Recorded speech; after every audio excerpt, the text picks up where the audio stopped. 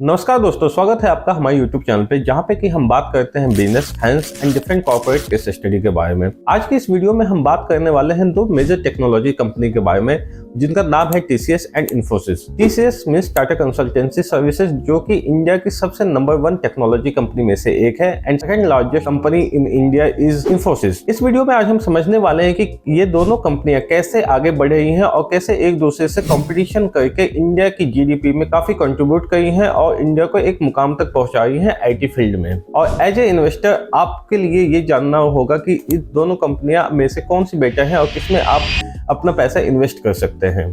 तो आइए इस वीडियो को शुरू करते हैं।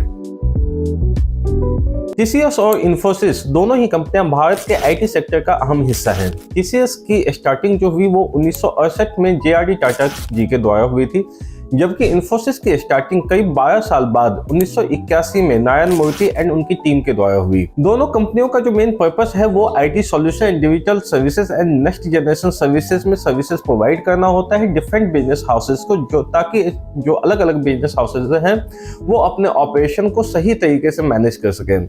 आप चाहे किसी गवर्नमेंट डिपार्टमेंट को उठा ले, चाहे किसी प्राइवेट कंपनी या किसी भी लिस्टेड कंपनी को उठा ले, तो आप पाएंगे चाहे इंडिया में हो या वर्ल्ड लेवल पे हो, आप पाएंगे कि वहां पे जो सॉफ्टवेयर यूज हो रहा है वो कहीं ना कहीं TCS और इन्फोसिस के थ्रू डेवलप है। चाहे इंडियन गवर्नमेंट का इनकम टैक्स का पोर्टल हो, GST का पोर्टल हो या MCA का पोर्टल हो या फिर डिफरेंट कॉर्पोरेट हाउसेस के पोर्टल हो या फिर बैंकिंग में जो भी अलग अलग कंपनियां हैं वो अपने सॉफ्टवेयर किस तरीके से यूज करते हैं, तो ये सब के जो IT सॉल्यूशंस प्रोवाइड करते हैं उनको प्रोवाइड करने में TCS एंड इन्फोसिस का बड़ा अहम योगदान होता है।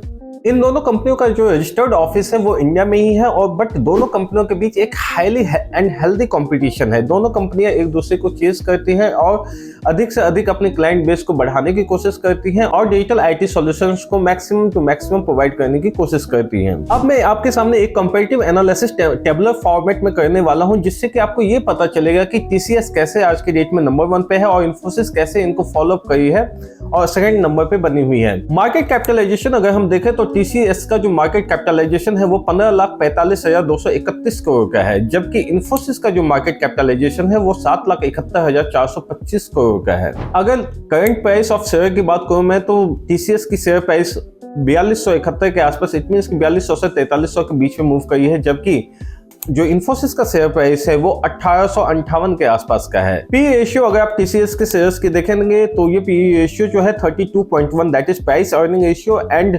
इन्फोसिस की अगर आप पी रेशियो निकालेंगे तो वो 18.6 के आसपास है। अगर डिविडेंड यील्ड की बात करूं तो TCS इतना कमाने के बाद भी इन्फोसिस के कंपैरिजन में कम डिविडेंड देती है, दैट इज उनका डिविडेंड यील्ड जो है वो 1.29% का है, जबकि इन्फोसिस का डिविडेंड यील्ड 2% के आसपास है। अगर रिटर्न ऑन कैपिटल एम्प्लॉयड की बात करें तो TCS के केस में आपका जो कैपिटल एम्प्लॉयड पे रिटर्न है दैट इज 64.3% है, जबकि इन्फोसिस में जो कैपिटल एम्प्लॉयड पे रिटर्न है वो कंपनी का 40% है। And return on equity in case of TCS is 51.5%, while in case of Infosys the return on equity is 31.8%। तो इस टेबुलर कंपैरिजन के एनालिसिस से आपको तो ये समझ में आ गया होगा कि TCS कैसे market capitalisation point of view से पूरे IT सेक्टर्स में नंबर 1 पे अपना कब्जा जमाए हुए है, जबकि इन्फोसिस उसके पीछे पीछे चेज करते हुए सेकंड लार्जेस्ट कंपनी है इंडिया की, जिसका कि market capitalisation at least 50% of market capitalisation of TCS है। अगर हम बात करें रेवेन्यू कंपैरिजन की तो TCS और इन्फोसिस ने 2024 के क्वार्टर में अच्छा प्रदर्शन किया है।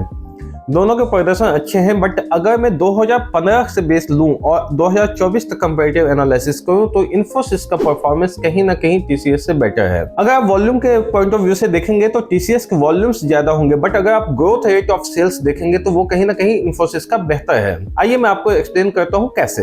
अगर मैं सेल की बात करूं दोनों कंपनियों की तो मार्च 2015 से अगर आप सेल्स देखेंगे तो दोनों का सेल्स काफी बढ़ा है, जिसमें कि TCS की सेल्स जो कि मार्च 15 में 94,648 करोड़ की थी वो मार्च 24 में बढ़ के 2,40,893 करोड़ की होगी। इट मींस कि अगर आप ग्रोथ रेट देखेंगे तो टोटल ग्रोथ रेट मार्च 15 से मार्च 24 तक ग्रोथ रेट 155% का है, लेकिन इन्फोसिस में मार्च 15 में जो इनकी सेल्स थी वो 53,319 करोड़ की थी, जबकि मार्च 24 में इनकी सेल्स बढ़ के 1,53,670 करोड़ की हो गई।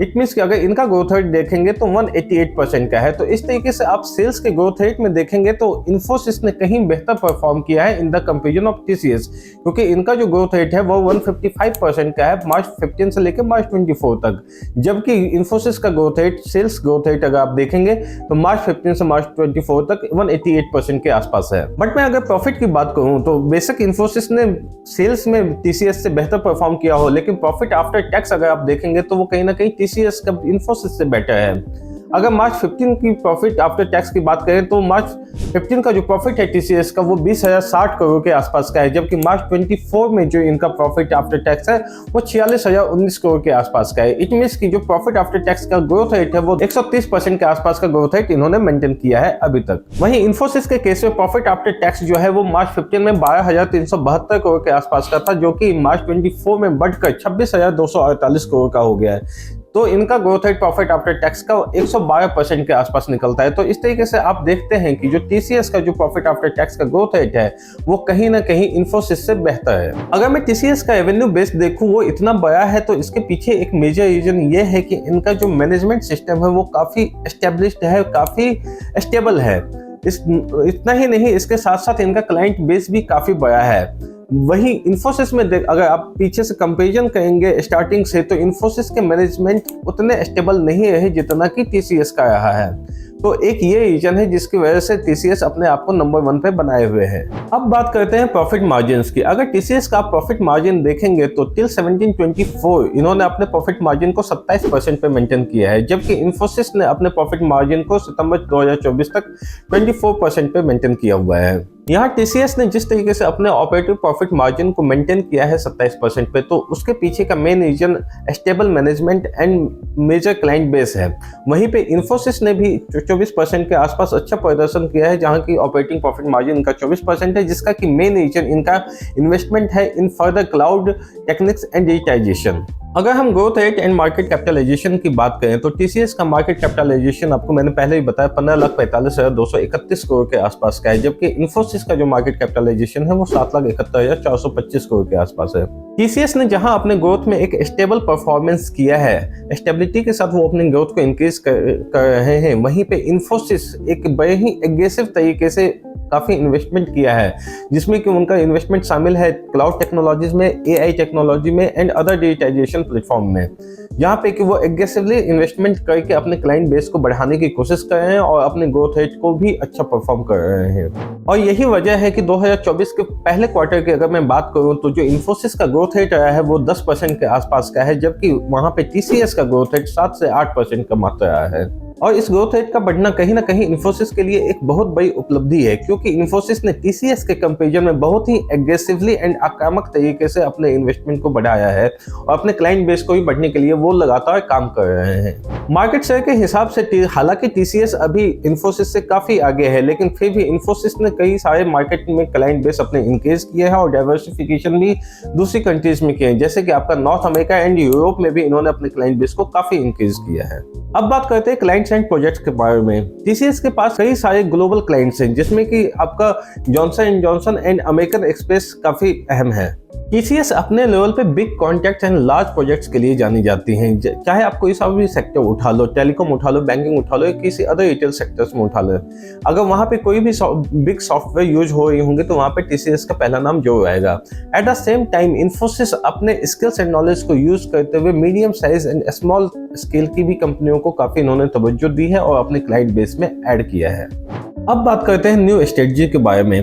आपको पता है कि आजकल का जमाना काफी टेक्नोलॉजिकल चेंजेस भरा होता है, तो इसमें इन दोनों कंपनियों के लिए चैलेंज ये होता है कि वो कितनी ज्यादा से ज्यादा टेक्नोलॉजी को इम्प्लीमेंट कर पाती हैं और कितनी ज्यादा से ज्यादा उस टेक्नोलॉजी को यूज करके बिजनेसेस को फायदा पहुंचा सकती हैं। अगर मैं न्यू स्ट्रेटजी की बात करूं तो इन्फोसिस ने बहुत सारे एड-ऑन्स किए हैं, जिसमें कि artificial intelligence, cloud technologies and digital transformation and machine learning जैसे एरियाज पे इन्होंने बहुत ज्यादा फोकस किया है और उन पे काम करते हुए इन्होंने टेक्नोलॉजीज में काफी सारे बिजनेस क्लाइंट्स को इंक्रीज किया है। दूसरी ओर अगर टीसीएस की बात करें तो टीसीएस ने भी डिजिटल ट्रांसफॉर्मेशन एंड एआई पे काम करना शुरू किया है, लेकिन उनके साथ एड-ऑन्स ये होता है कि उनका जो मैनेजमेंट है वो काफी स्टेबल है एंड उनके पास लार्ज स्केल क्लाइंट बेस पहले से है, तो ये उन्हें ग्रोथ में काफी सपोर्ट करती हैं और वो कहीं ना कहीं इन्फोसिस से बेहतर परफॉर्म कर पाती है। अब बात हम करते हैं future of TCS and Infosys की।